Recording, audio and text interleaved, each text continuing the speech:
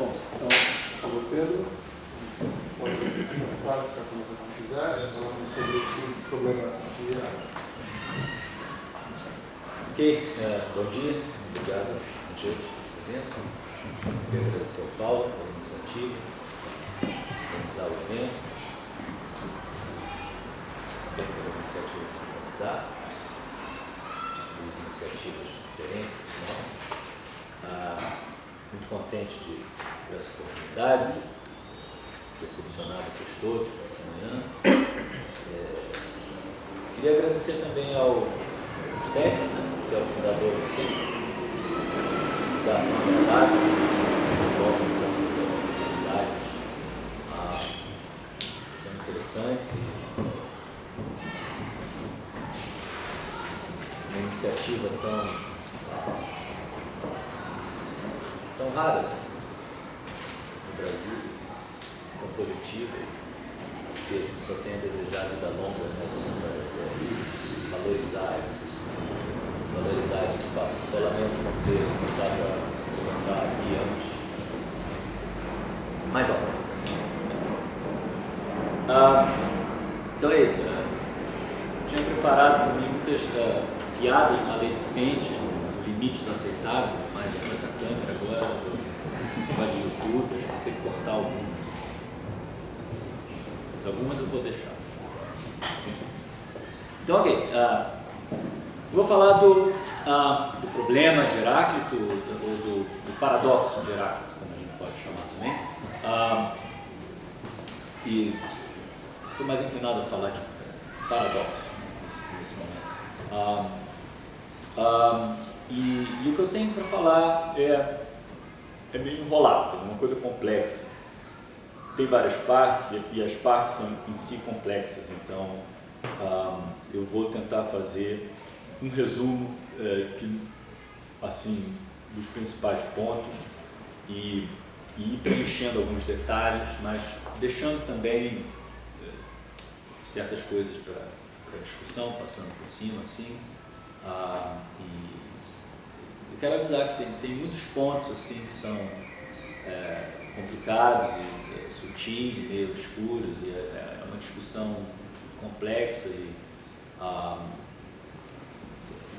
tem jeito mesmo, envolve muitas coisas, muitas posições diferentes, muitas possibilidades e tal. Mas eu vou tentar fazer um caminho assim. Então é basicamente o seguinte: primeiro eu vou dar uma formulação do problema, e vou tentar explicar então, dada essa formulação do problema, quais são mais ou menos as soluções possíveis. Uma dessas soluções possíveis eu vou chamar de heraclitianismo, que eu acho que é a solução que o próprio Heráclito parece aceitar, que é essa solução radical de que esses objetos que nós normalmente pensamos que existem, os objetos que trocam de parte ao longo do tempo, como mesas, cadeiras, corpos em geral, não existem realmente. Não há essa coisa.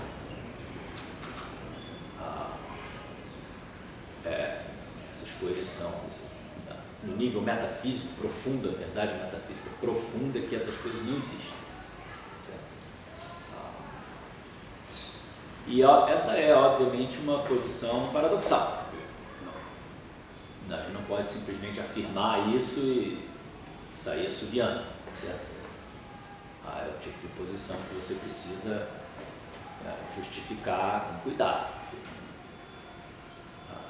Ela está no limite ali do aceitável, posição paradoxal.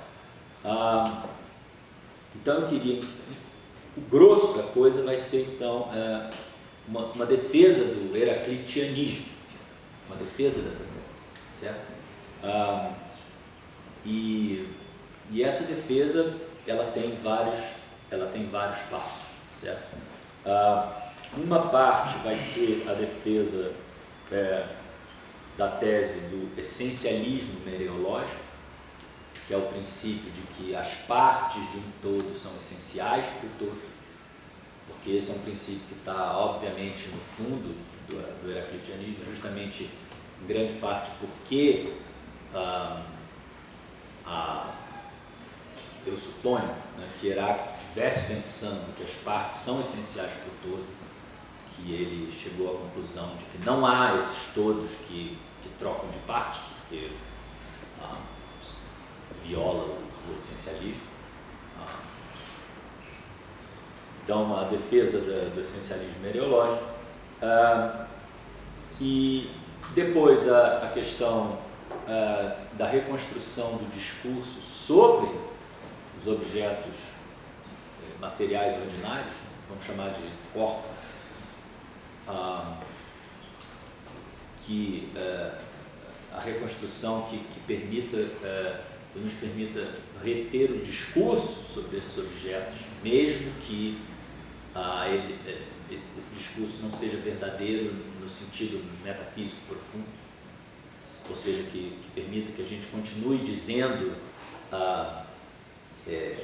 pega a cadeira ali para mim, tem uma cadeira ali, pega a cadeira ali para mim, certo? Mesmo que não existam cadeiras, porque senão, se você não puder dizer essas coisas, a posição fica meio insustentável, porque ela não é coerentemente sustentável, certo? Você não consegue ser um heraclitiano coerente, você tem que dizer, você não consegue viver sem falar, tem uma cadeira ali, tem uma mesa aqui. Então você tem que ter alguma maneira de reter esse discurso, mesmo que você vai considerar que ele é literalmente falando, tomado no seu valor de face, que não é verdadeiro, certo? Ele precisa ter algum sentido diferente do seu valor de face, no qual ele pode ser verdadeiro, suas afirmações podem ser verdadeiras, né? Então a gente precisa dar uma reconstrução desse discurso que mostra que isso é possível, pelo menos assim no princípio, ainda que isso não possa ser feito com todo o rigor que a gente desejaria, mas pelo menos em linhas gerais. Então, esse é o segundo passo da defesa do heraclitianismo. Depois tem o terceiro passo, que é da comparação com outras soluções possíveis. Porque não é a única, não é a única solução possível. Em particular, tem a solução que é a mais popular de todas, que é atualmente, que é o chamado tetradimensionalismo, ou perdurantismo, que não é, no sentido não é tão radical, porque não implica que cadeiras e mesas não existem, apenas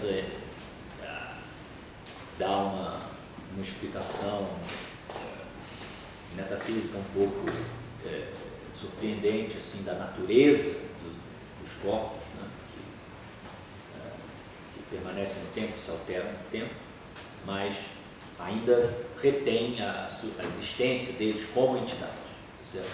Então, já que essa é uma solução mais conservadora, seria desejável que o heraclitiano tivesse alguma coisa para dizer no sentido de que, apesar dessa solução ser mais conservadora, a minha tem certas vantagens para você poder ter pelo menos uma competição, porque senão, por que é que você vai dizer essa coisa mais paradoxal? Você tem uma solução aqui mais conservadora, mais intuitiva, por que você vai adotar essa mais esquisita?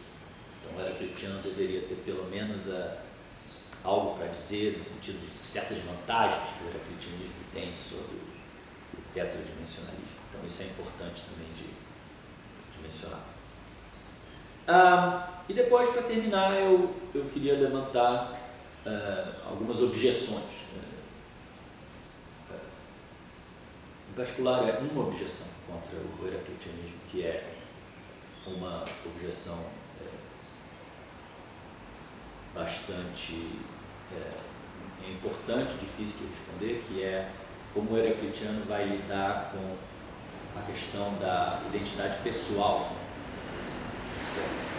Porque nós, em geral, tendemos a ser materialistas, pelo menos no que diz respeito à substância. Então, a gente não pensa mais que pessoas são compostas de corpo e alma. Muita gente pensa isso, mas assim, nós, pessoas educadas, que vamos à faculdade, em geral pensa que as pessoas são corpos. Nós somos mas, bom, se os corpos não existem, então pessoas não existem também, então quem sou eu? O que sou eu? Eu não existo. Então o heraclitiano tem que lidar com esse problema. Claro, uma maneira de lidar com o problema é dizer, não, eu sou uma alma e a minha alma não muda de parte, ela muda de estado, mas ela não muda de parte. Talvez ela só seja uma coisa simples. Né? Mas essa pode ser vista como uma posição implausível. Pode ser.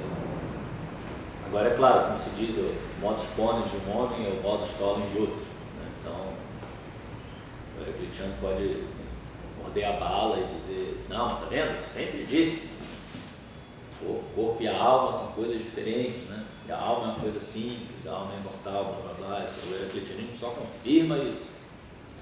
E o outro diz, não, mas isso é obviamente falso, isso só desconfirma o heraclitianismo. Bom, será que tem alguma outra possibilidade para o heraclitiano?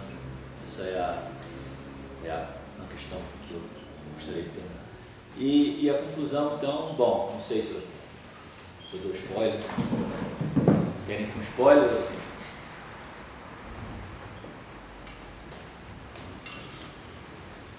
Deu nada. Sem spoiler. Sem spoiler. Então vamos sem spoiler. Ok. Deixa eu começar lendo o iniciozinho aqui do meu texto, só para ficar mais concreto para vocês. Então, o fragmento D91, né, de Heráclito, diz, não se pode entrar duas vezes no mesmo rio. No mesmo rio não é possível entrar duas vezes, tem várias maneiras de traduzir, né? No mesmo rio não se entra duas vezes.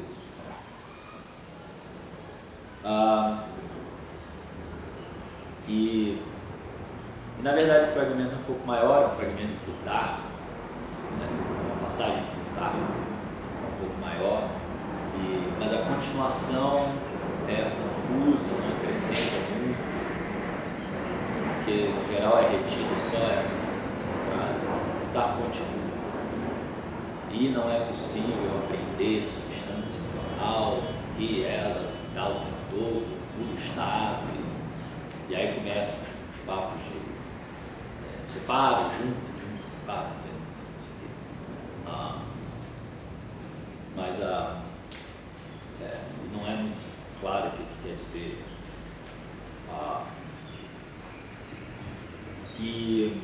Então tem esse fragmento, essa ideia aparece também em Platão no Crático. Platão fala no Crático também. Heráclito diz que não se pode entrar duas vezes no mundo. Então parece seguro que tinha alguma coisa parecida com isso, alguma frase parecida com isso em Heráclito.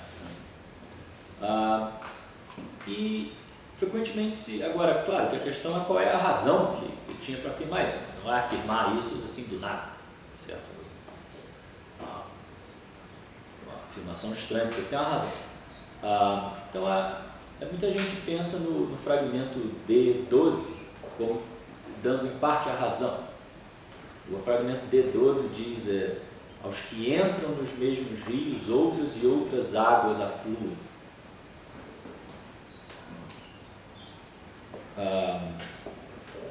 Então a ideia é que Heráclito estaria afirmando, argumentando do seguinte modo: você não pode entrar duas vezes no mesmo rio porque outras águas estão sempre passando. E tem uma tradição, inclusive, de juntar esses dois fragmentos num fragmento reconstruído. Não se pode entrar no mesmo rio porque outras e outras águas estão sempre passando.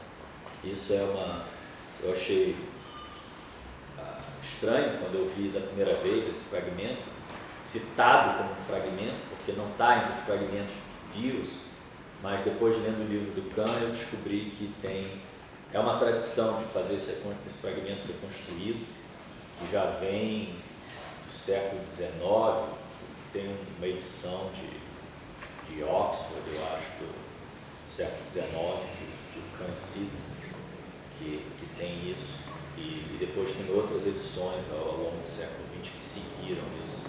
E é daí, por exemplo, que o Quine tira a citação que ele faz no artigo Identidade, Ostensión Oposta, e da onde o Chisholm, Roderick Chisholm, no Person and Object, também tira a citação dele, mas de um outro livro.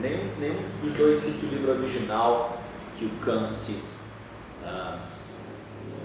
no livro dele sobre Heráclito. Mas então é a tradição de juntar esses dois fragmentos, né, com essa ideia de que o D12 dá em parte a razão de Heráclito para o D9. Bom, mas agora, se isso é assim, se o argumento não se pode entrar duas vezes no mesmo rio, porque outras águas estão sempre passando, é fácil pensar que a gente não tem aqui nada além de uma razão fraca para uma conclusão paradoxal. Certo? Por que a gente deveria concluir o fato de que a água do rio não é a mesma de um momento para o outro, que o rio não é o mesmo? Certo? Por que a gente não pode simplesmente reconhecer que certos objetos são constituídos por porções distintas de matéria, ou por objetos, entidades distintas em momentos distintos do tempo? Qual é o problema? Por que a gente não pode dizer isso? E encerrou o problema.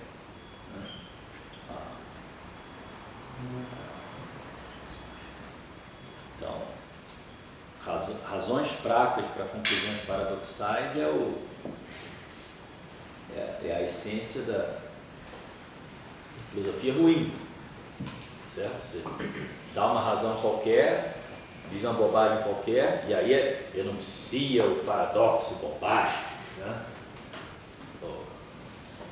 Coisa do tipo, a ciência é uma atividade humana, está sujeita a todas as contingências psicológicas, sociais, qualquer atividade humana, históricas e tal. Conclusão, a verdade é uma construção social.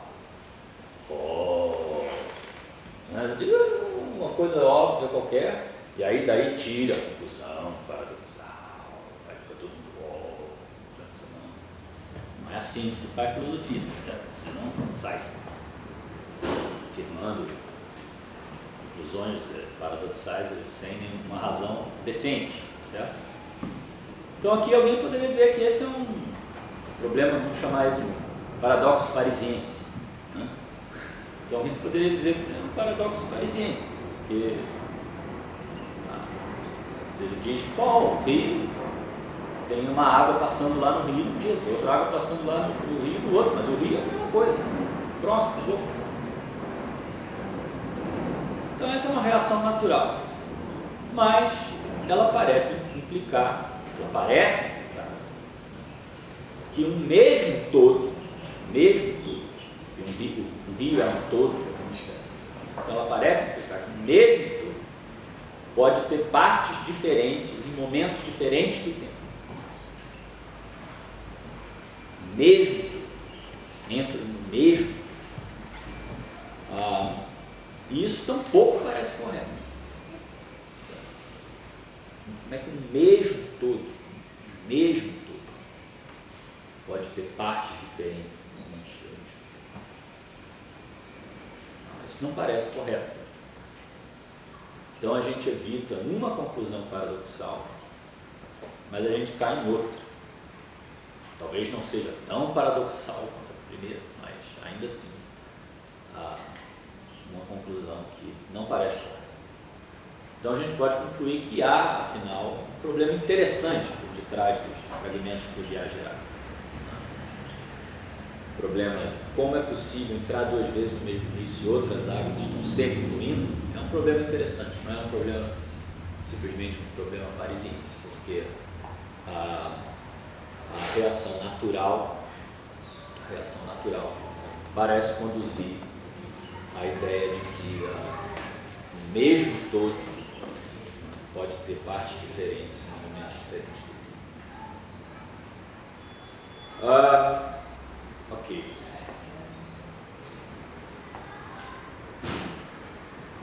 Então, vamos lá.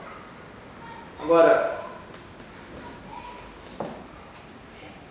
então vou agora, para tentar deixar mais clara a coisa, vou colocar na forma de um paradoxo. Então, o paradoxo seria o seguinte: temos 3 proposições. Né? A primeira diz que há objetos,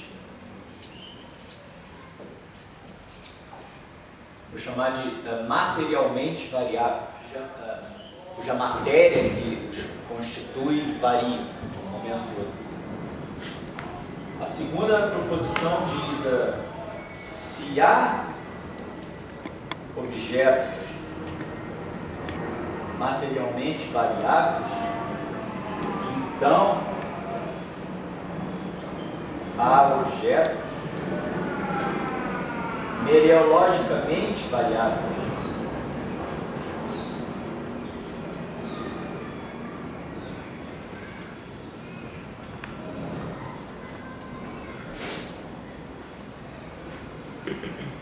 Objetos cujas partes mudam. E a terceira diz as partes de um todo são essenciais para ele.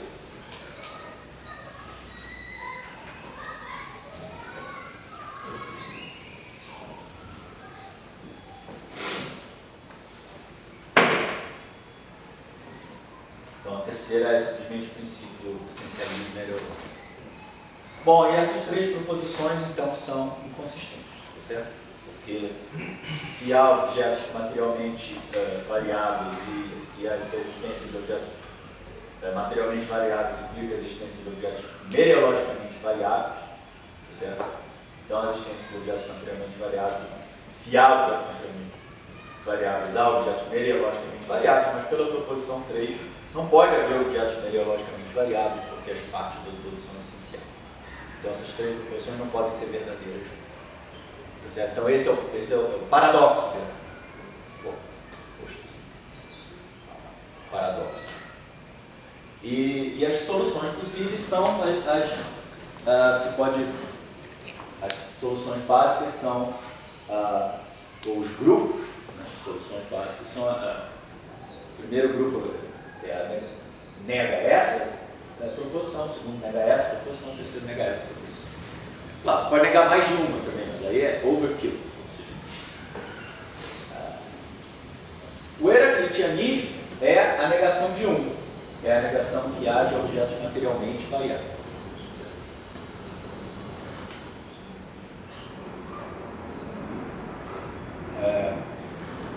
O chamado tetradimensionalismo é a negação de 2. O tetradimensionalista ele vai dizer o seguinte, que há objetos cuja matéria se altera, mas como eles são objetos quadridimensionais que têm extensão temporal, isso na verdade não altera a constituição mereológica, porque as partes de um objeto quadridimensional são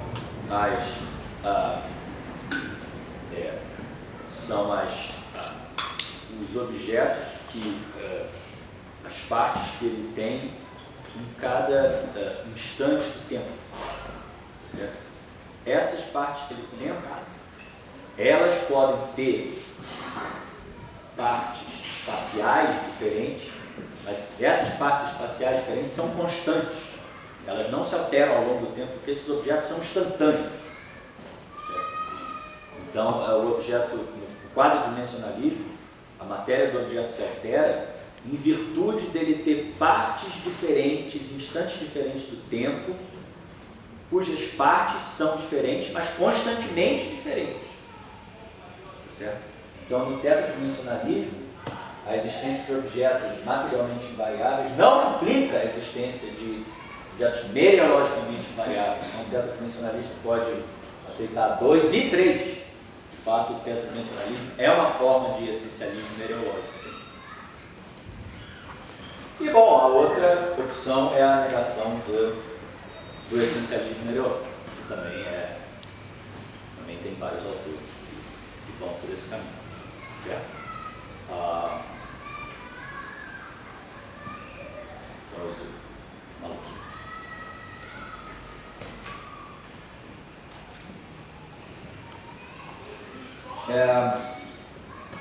Fanning Wagen, né?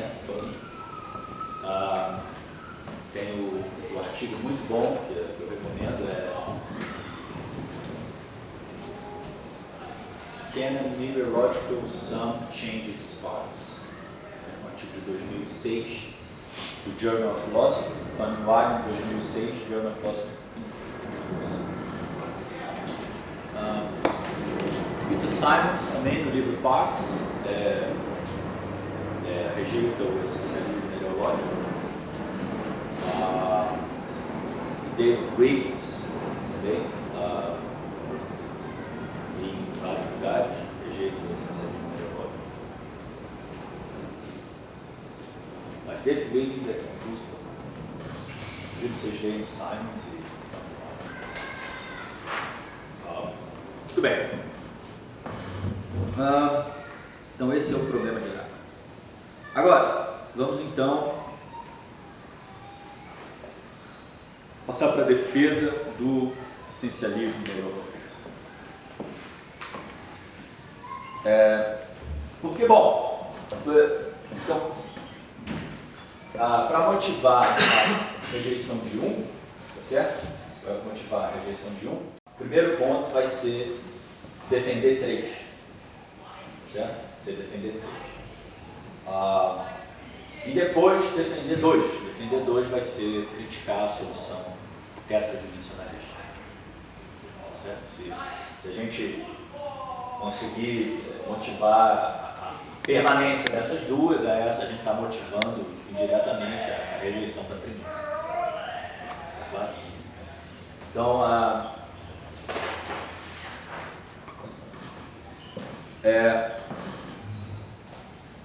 bom, como é que a gente pode defender o princípio do essencialismo mereológico? O essencialismo mereológico diz que as partes são essenciais para o todo, ou que o todo é essencialmente constituído pelas suas partes. Como é que a gente entende essa ideia de um objeto X ser essencialmente, ter essencialmente uma propriedade F? X é essencialmente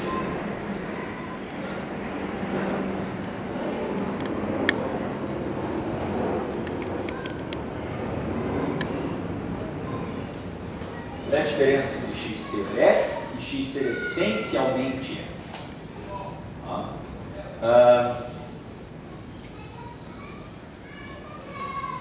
Bom, a gente vai entender assim. X é essencialmente F se ele é F, né, ao longo de toda a sua existência, em todos os mundos possíveis em que ele existe. Ou, em outras palavras, se é necessário, né, que ele é F sempre que ele existe. Então, ele pode resumir assim, né? Para qualquer mundo possível W em qualquer instante T, né? Se X existe em WT, então X é F em W.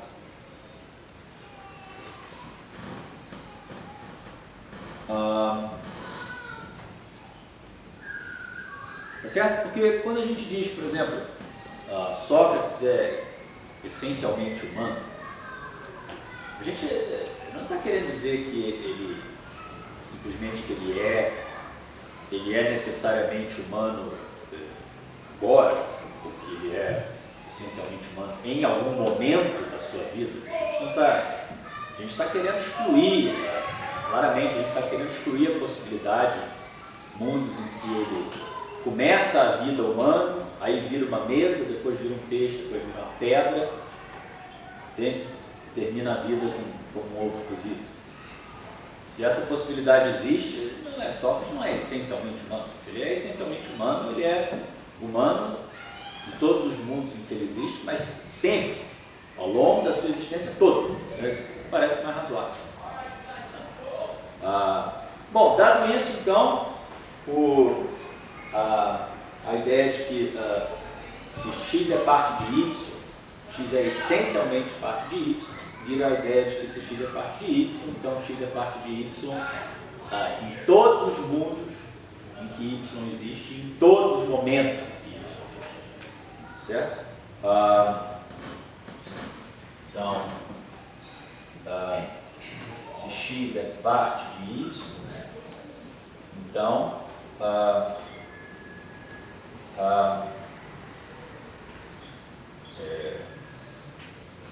eu já botei um quantificador para todo W e para todo T. Se Y existe em WT, então X é parte de Y em W. E aqui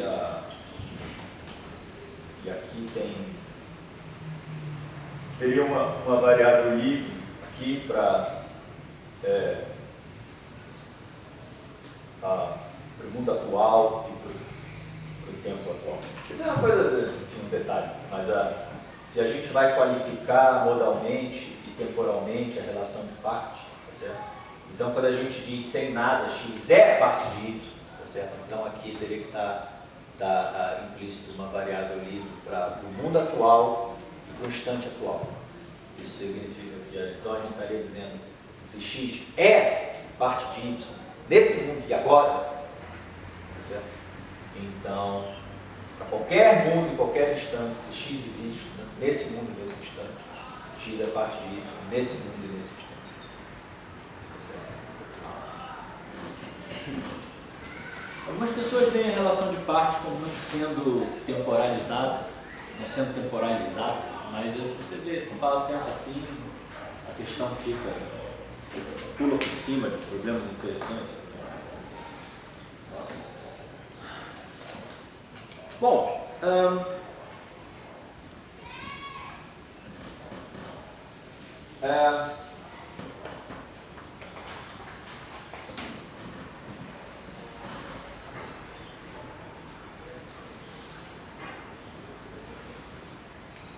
mas também tem uma tese mais simples que a gente pode usar. Quanto tempo eu já falei? Meia hora, né? Tá, vou ter que pular.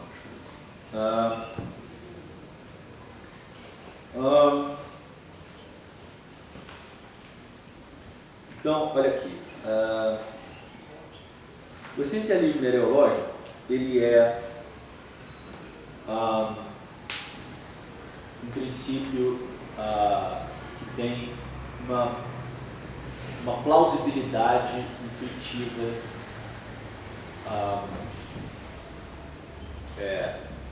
e que essa plausibilidade intuitiva é reconhecida há muito tempo, né? Você tem muitos filósofos que afirmam versões do essencialismo mereológico, filósofos muito diferentes, Abelardo, Leibniz, Hume, né?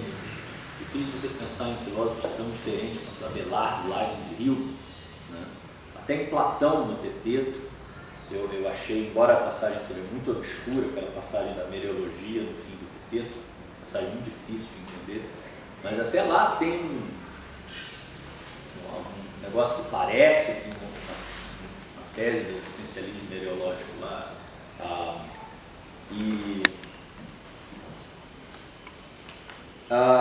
E tem também casos, exemplos de objetos que parecem claramente se comportar de acordo com o essencialismo mereológico. Então, por exemplo,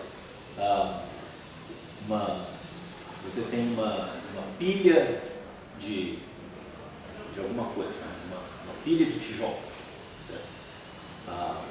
Você tira um tijolo da pilha e põe um outro tijolo.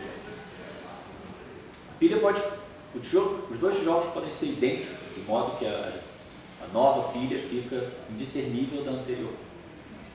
Mas o razoável é dizer que você não é mais a mesma pilha. Você é outra pilha. Você trocou um tijolo, não é mais a mesma pilha. Certo? Ou pensa, por exemplo, no volume de água que está dentro de um copo.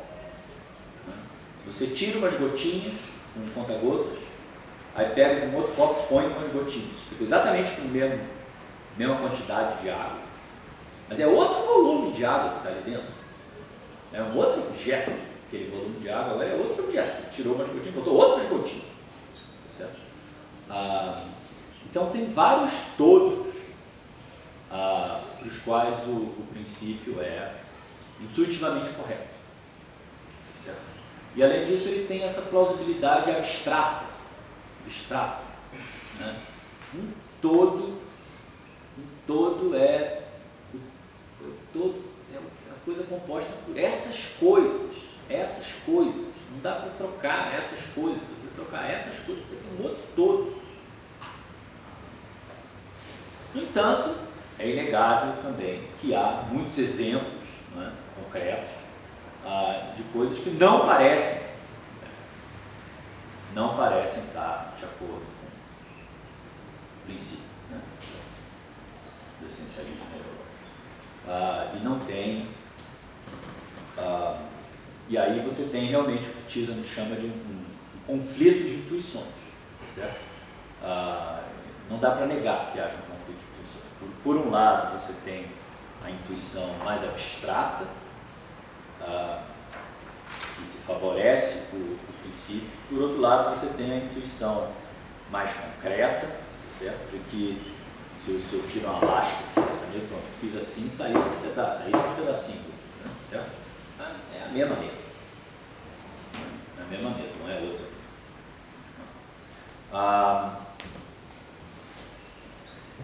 Então,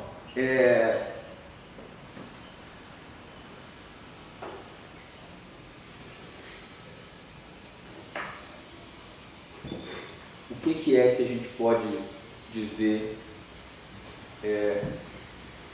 nesses casos?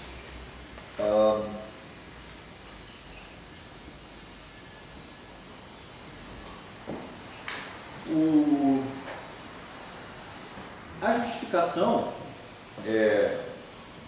o argumento que a gente pode dar, vai ter que ser um argumento teórico, quer dizer, não tem como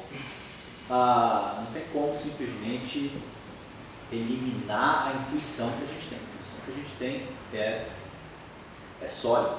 O que a gente pode fazer é dizer, olha, nesse ponto vale mais a pena se ater à intuição abstrata, a priori, da verdade do princípio abstrato, do que se ater à intuição concreta desses exemplos que violam o princípio.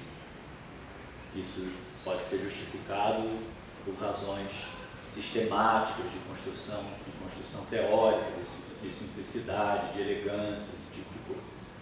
Certo? Mas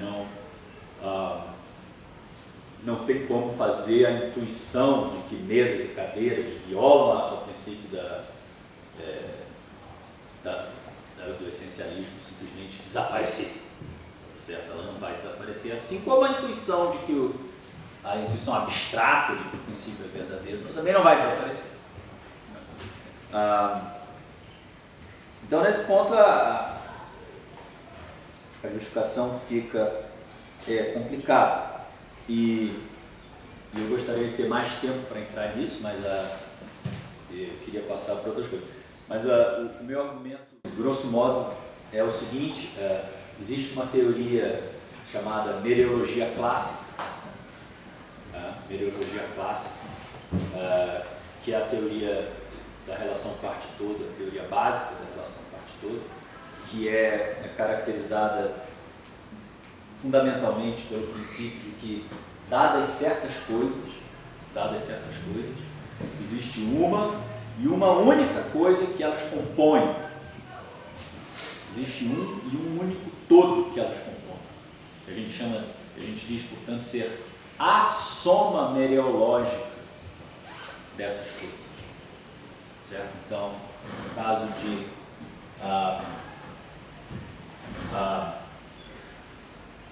duas coisas, por exemplo, a gente pode escrever, a gente escreve A mais B, A mais B, isso é a soma mereológica de A e B.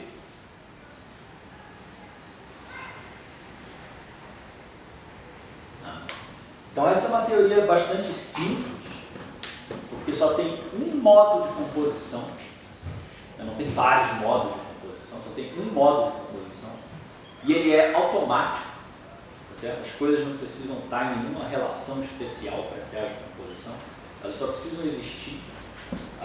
Assim como na teoria de classes, né? Dados dois objetos, tem a classe dos dois objetos, certo?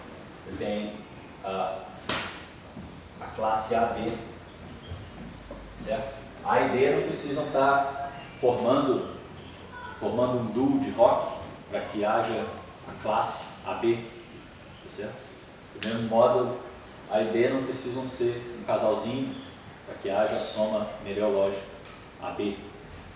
Podem ser quaisquer coisas, pode ser A, pode ser aqui o centro areté, e B é um elétron na órbita de Saturno, certo? Eles formam um todo, do mesmo modo que formam um conjunto.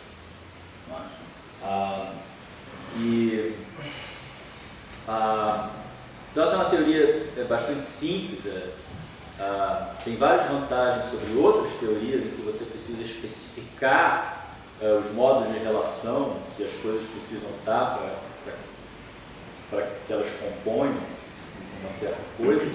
Uma vantagem é que nessas outras teorias a composição parece ser algo vago, sujeito à vagueza. Não é? Se você diz, por exemplo, que as coisas precisam estar em contato para elas formarem alguma coisa, né? A relação de contato é vaga, certo? Então, a composição de coisas na realidade é vaga, mas a realidade não pode ser vaga. Se há composição ou não, pode ser uma coisa vaga, indeterminada. A realidade não é vaga, indeterminada, é a nossa mente que representa o mundo de modo vago e determinado. O mundo, ele próprio, é o mundo, são os fatos. A vagueza é um problema de representação, não é um problema de realidade ela própria. Pelo menos isso parece razoável.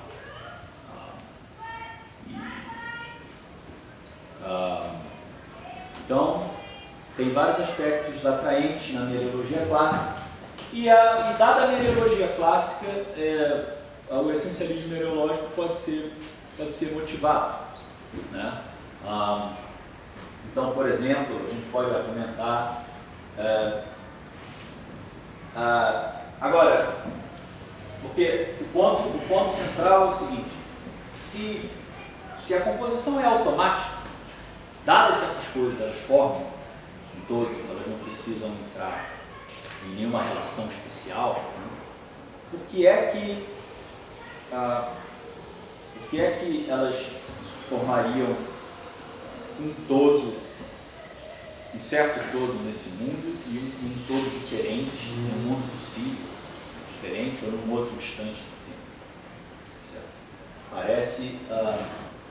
Parece natural afirmar que não só que existe uma única coisa que é um todo formado por A e B, mas parece razoável afirmar que existe uma coisa X, tal que necessariamente, em todos os mundos possíveis, x é a soma de A e B.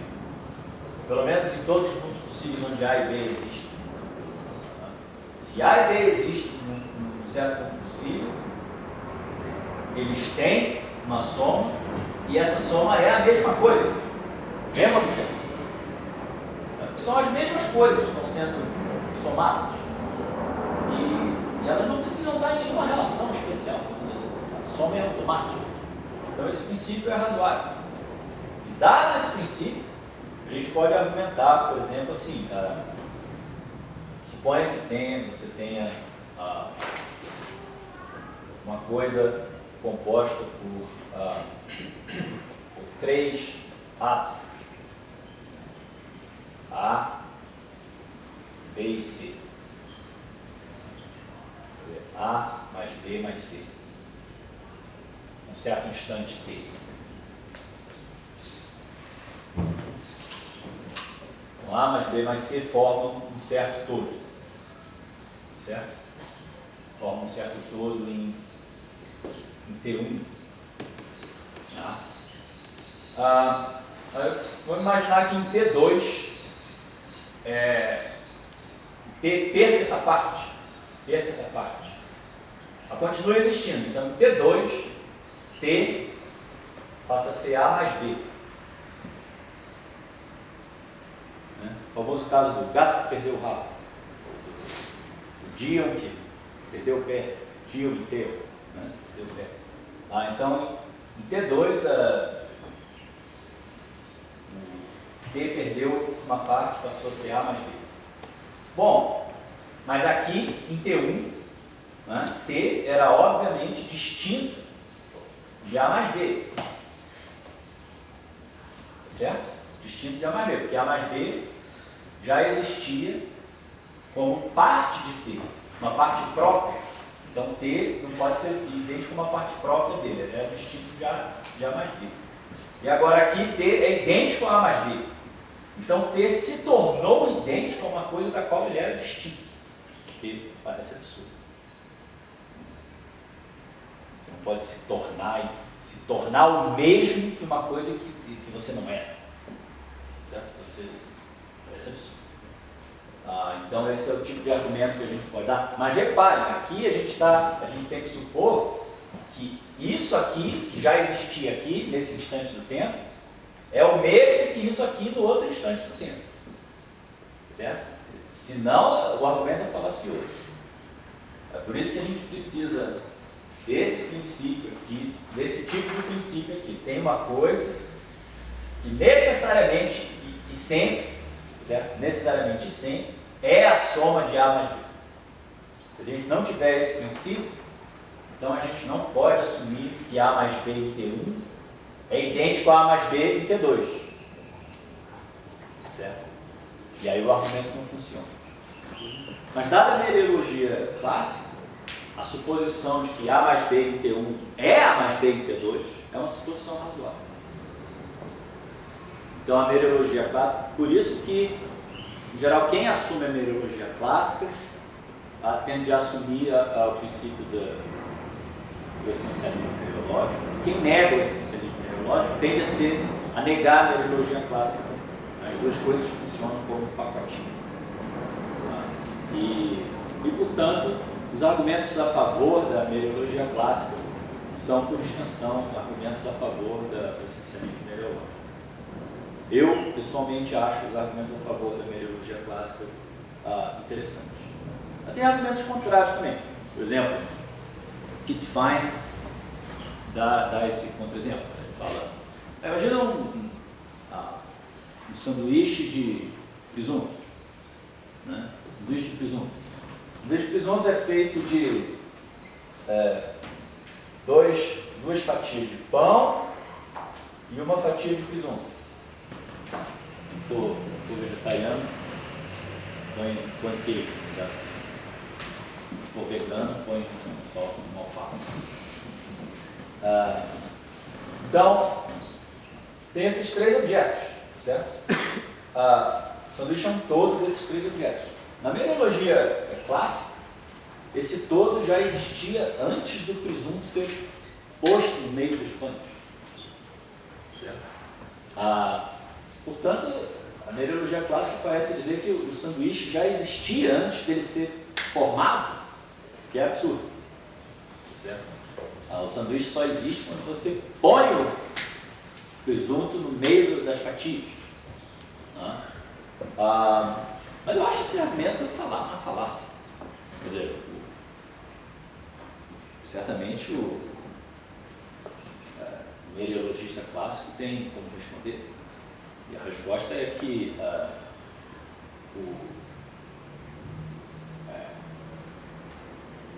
já existia, antes do sanduíche ser formado, já existia um todo, cujas partes eram as fatias de pão e o presunto, já existia esse todo.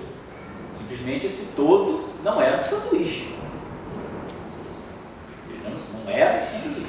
Assim como você tem lá os tijolos, todos os tijolos, e aí você arruma eles como uma casa. E, bom, aquele todo dos tijolos já existia, ele não era uma casa. Agora ele é uma casa, porque ele adquiriu uma certa forma.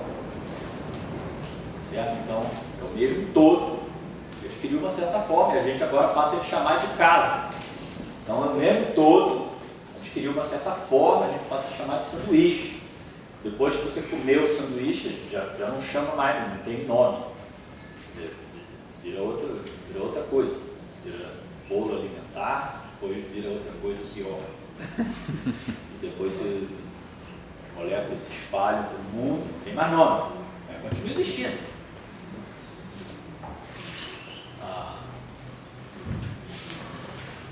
Acho essa resposta razoável.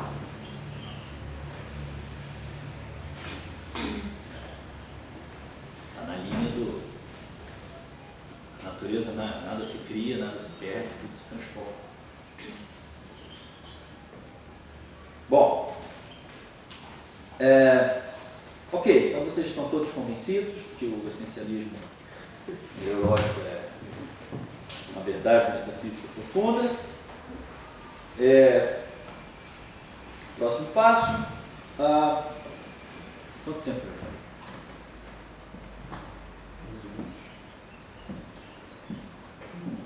40 minutos?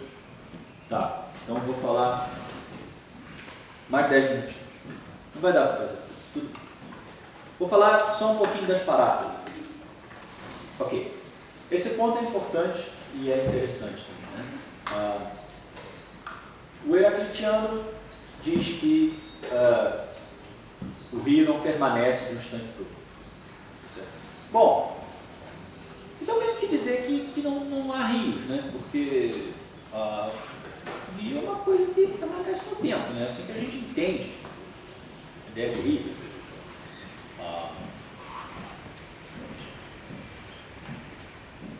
Muito bem, tem um rio instantâneo. O rio instantâneo é simplesmente uma massa de água, não está indo para lugar nenhum. O rio instantâneo é uma piscina, qual é a diferença? Não sei. Se o rio não permanece ao longo do tempo, a passagem da água, é o mesmo que dizer que não tem rio. Portanto, o heraclitianismo é uma posição bastante radical nesse sentido. Agora,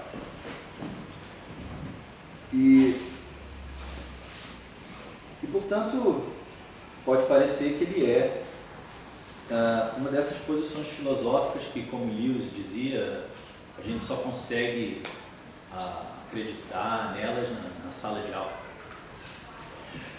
Quando você sai da sala de aula, você não acredita mais no negócio. E, portanto, não é uma posição que você consiga sustentar coerentemente.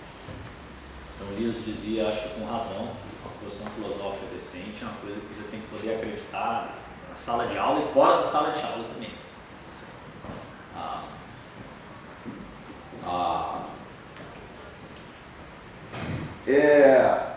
Então, como é que o heraclitiano pode tornar a posição dele mais plausível nesse ponto? Aqui a ideia é mostrar que uma ideia tradicional da filosofia analítica não é uma coisa que houvesse que na filosofia antiga, ou mesmo na filosofia moderna, eu acho que os filósofos tivessem compreensão disso. Acho que é uma coisa que surge com a filosofia analítica contemporânea, em particular com Russell. Acho que o Russell é o grande introdutor dessa ideia, que é talvez a ideia mais central da filosofia analítica contemporânea, e é certamente uma ideia revolucionária. É a ideia de que as afirmações que aparentemente se referem a um tipo de objeto, a um objeto, um tipo de objeto, elas podem ser parafraseadas, logicamente analisadas, de modo que a referência àquele objeto ou àquele tipo de objeto desaparece. E, portanto, de modo que aquela ontologia pode ser vista como o que Russell chamava de uma ficção lógica. Certo? Ficção lógica.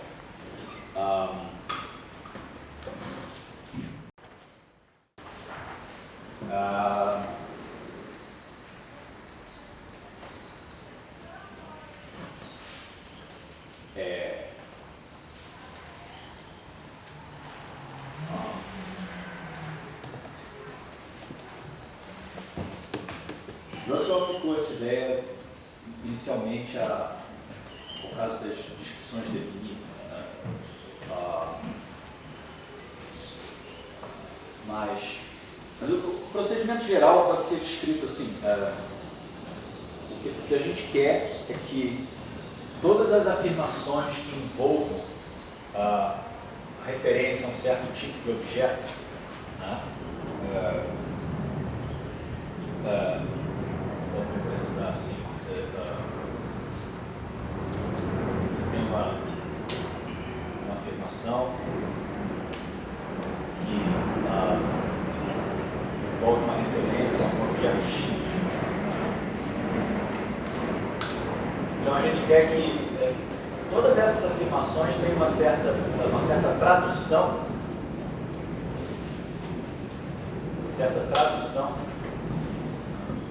que não envolva a referência a esse objeto X, certo? E a ideia é que essas duas coisas sejam equivalentes, simplesmente equivalentes materialmente. Realmente equivalente. Tá. Então, dá um exemplo aqui, um exemplo bem simples, só para... tem esse exemplo do Lewis, que é divertido. Lewis tem esse artigo chamado Buracos, onde eles discutem a existência de buracos. Porque um diz, eu sou materialista, só acredito nas coisas materiais. E aí é um diálogo. E aí o outro responde, tem esse gruyère aqui que a gente está comendo, ele tem muitos buracos. Né? Aí vai falar, tem muitos buracos. Então ele diz, te peguei. O seu materialismo não é coerente, porque buracos não são objetos materiais. Buracos existem onde não há matéria. Então você não pode afirmar a existência de buracos se você é um materialista. Certo? E aí então o outro diz assim, não, mas veja bem, existe a afirmação há um buraco na minha camisa.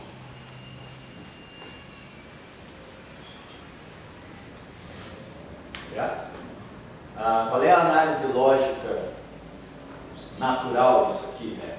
Existe um X, tal que X é um buraco, né? E X está em Y. Então, Y é a minha camisa. Mas aí ele diz, essa é só o valor de face da afirmação. Eu não entendo assim. Eu entendo isso do seguinte modo, a minha camisa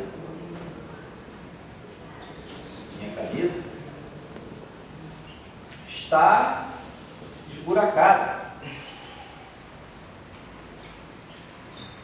E está esburacada, para mim, é um predicado da camisa. Estar esburacado não é para ser entendido como existe um buraco na camisa. É para ser entendido como um predicado da camisa. Se vai analisar, não sei, pode analisar de algum jeito. Em termos da forma da camisa, geométrica da camisa, mas não é para ser analisado como quantificando sobre buracos, afirmando a existência de buracos. Então a análise lógica dessa afirmação é a Y, né, está esburacado, quer dizer, E de Y. É assim que eu entendo. Certo?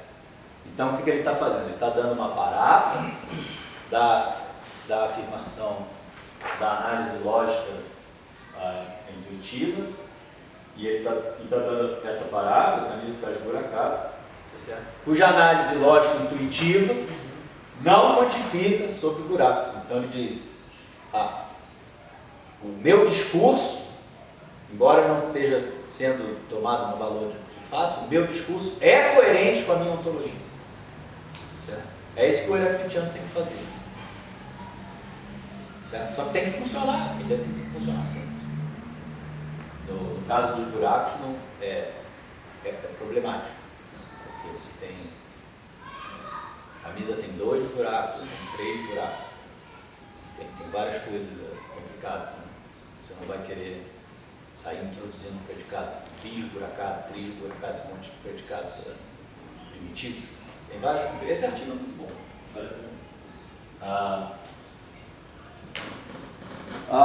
Aliás, é coautorado com a esposa dele. Lewis e Lewis. Tem inclusive um livro inteiro sobre buracos. Casati Vaz. Buracos e outras superficialidades.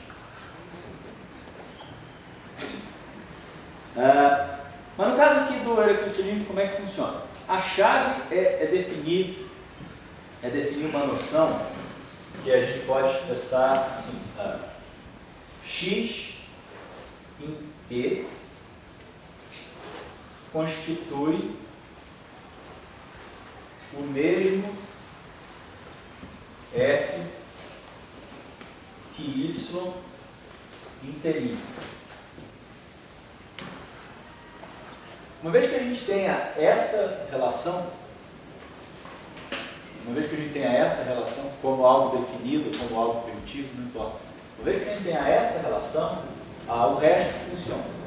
Porque a gente pode definir x constitui um f de t, né? X constitui um f de t. Pode definir isso assim: existe um y tal que x, existe um y e existe um t, linha, tal que x em t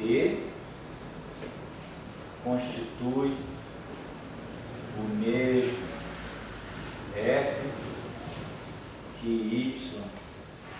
em t linha. Então, constituir um f em t é constituir em t o mesmo f que alguma coisa constitui em algum outro momento período. A gente tem a ideia de constituir um f em algum momento. Certo?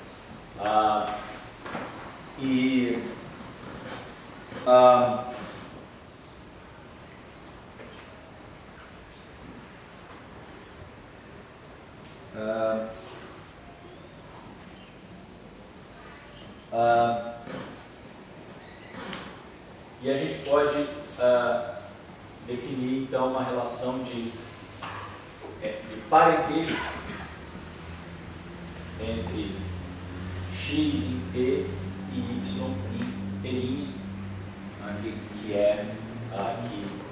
existe uma coisa, né, tal que existe um f, tal que x constitui f em t e y constitui f em t'. Essa é a relação de parentesco, certo? E agora, a partir daí, acho que fica mais ou menos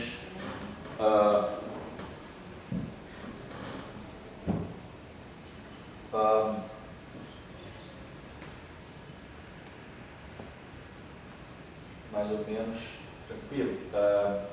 Por exemplo, pode dizer que x constitui um f, mas para você, x constitui. Então assim, abreviando, era essa relação original que eu estava falando, né? Abreviando, a relação de parentesco. X constitui t, né, o mesmo f que y constitui t. Então a gente pode definir x constitui um f t' da maneira que eu falei. Certo? Estou só abreviando. X constitui um f em t. Agora a gente pode oferecer o seguinte esquema de parágrafo. Existe um f, tal que f tem φ. Por exemplo, existe uma mesa, tal que a mesa tem a propriedade φ. Isso pode ser parafraseado assim. Existe um x, né, tal que x constitui f, certo? E aí aqui tem que vir a paráfrase, né, de φ de x.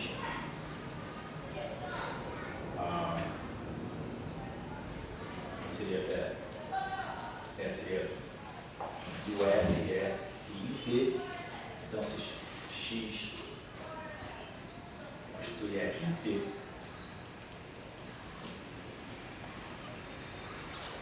por exemplo,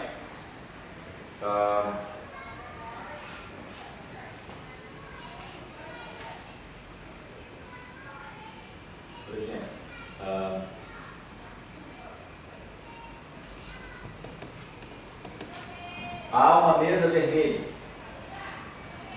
Existe um x, o x é uma mesa, o x é vermelho. Como é que o proeraclitiano isso quer dizer? Nesse caso é fácil, porque se uma mesa é vermelha num determinado momento, certo? Ela é vermelha em t, se ela é vermelha num determinado momento, a coisa que constitui ela naquele momento é vermelha.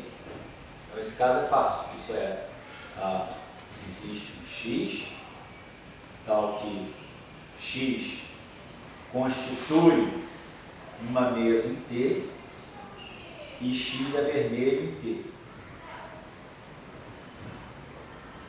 Você simplesmente afirma, ao invés de afirmar o predicado da mesa, você afirma o predicado do que constitui a mesa naquele momento. Então, ao invés de quantificar sobre a mesa, você quantifica sobre o que constitui a mesa naquele momento. Tá? Então, essas são as propriedades que o Tishman chama de enraizadas no momento em que elas são tidas. Ser vermelho, ela é enraizada no momento em que ela é tida. Mas, obviamente, nem todas as propriedades são assim. Então, por exemplo, foi vermelha, ou era vermelha, não é enraizada no momento em que ela é tida. Então, como é que fica? Tem uma mesa que era vermelha, existe um x é uma mesa, e x era vermelho, então existe um t, não é?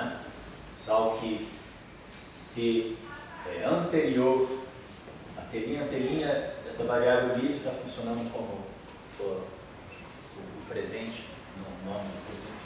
Existe um t tal que é anterior à telinha e x é vermelha em t.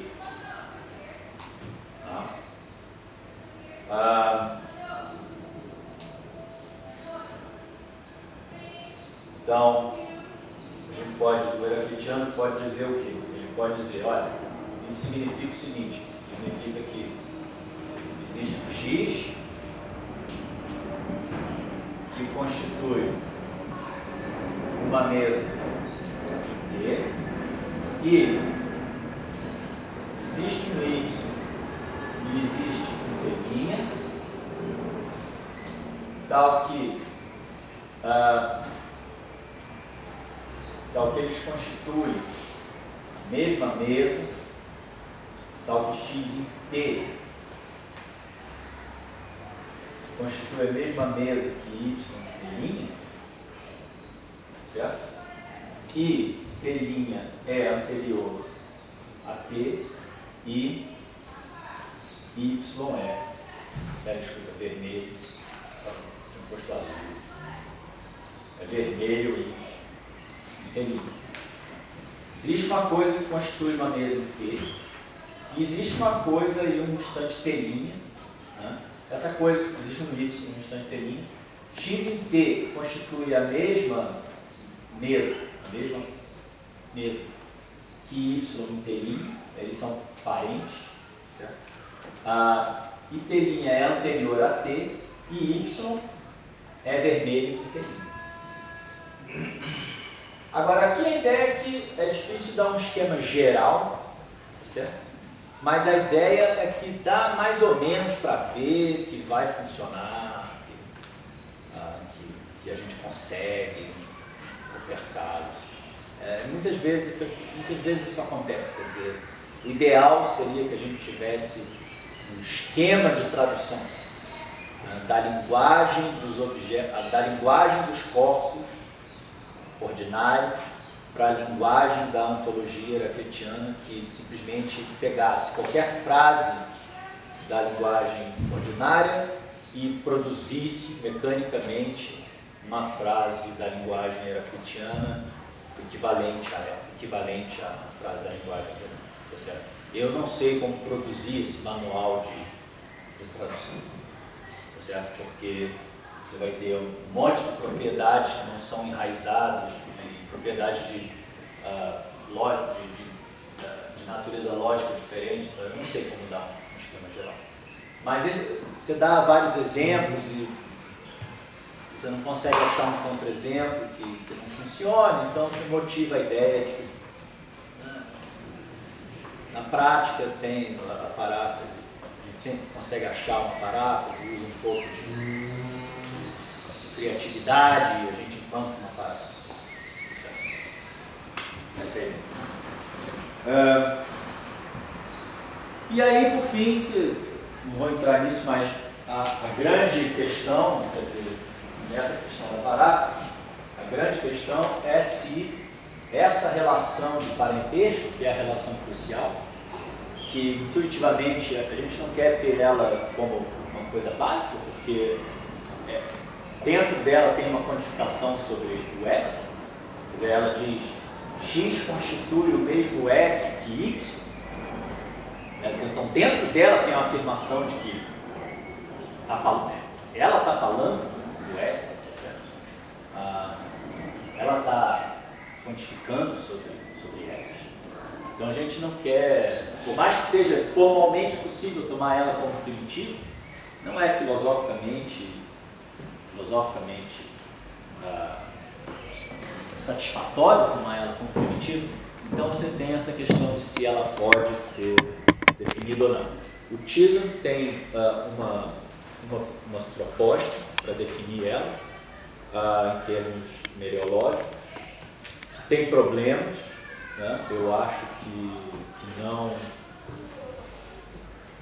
não funciona perfeitamente. O Simons tem uma crítica à definição do Chisholm, que eu acho que não é boa, mas eu acho que tem outras críticas que podem ser feitas da definição do Chisholm que são melhores, né? É uma definição problemática, mas é uma definição complexa também, não queria falar mais muito bem. Mas no fim das contas, o heraclitiano pode tentar aqui uma jogada de um abraço de afogados aqui com o tetradimensionalista, porque o tetradimensionalista também precisa de uma relação desse tipo. Porque o tetradimensionalista precisa unificar de algum modo as partes temporais do objeto. Então, Quine, por exemplo, fala de cofluvialidade, certo? E nem tenta definir. Então, se o heraclitiano não consegue definir cofluvialidade, tampouco o tetradimensionalista vai conseguir, e, portanto, ele e o principal adversário dele estão no mesmo barco. E aí, então, se o seu adversário não pode te acusar, quer dizer, os dois têm o mesmo problema, então o problema não é tão grave. Pelo menos não é um problema que vá motivar a posição oposta. Não é uma vantagem da posição oposta, é um problema que existe para as duas. Aflige igualmente ambos. Certo? É que nem você reclamar de uma posição filosófica dizendo essa posição é ruim por causa do paradoxo do mentiroso. O paradoxo do mentiroso é um problema para todo mundo. Um problema para mim, minha posição. Todo mundo. Então, conclusão, agora não é mais spoiler, estamos realmente na conclusão, é que o heraclitianismo é uma posição mais defensável do que pode parecer, né? Mais defensável e mais plausível do que pode parecer. Ele, em princípio, parece totalmente paradoxal e inaceitável, mas ele não é tão paradoxal assim, porque a gente pode dar essas paráfrases que tornam o discurso compatível com a metafísica heraclitiana. E ele tem o princípio do essencialismo teleológico pode parecer plausível à primeira vista por causa de certos exemplos concretos, não é tão plausível assim, porque tem outros exemplos concretos também que estão de acordo com o essencialismo, tem a plausibilidade a priori do princípio, tem a mereologia clássica que dá suporte ao princípio.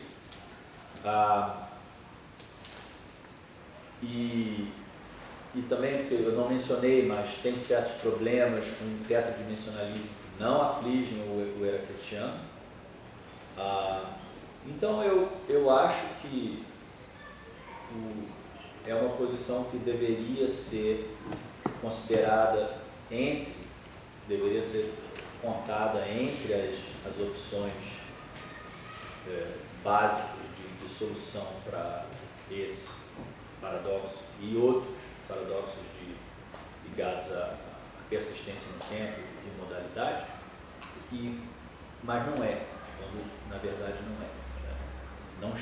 Não é normalmente contado entre as soluções básicas do problema. Às vezes nem é mencionado, e às vezes é mencionado não passando com relação a magnetismo, frequentemente de maneira confusa, confundindo com o próprio essencialismo mereológico, não é o caso.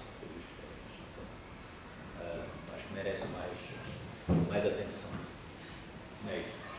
Desculpa se falei.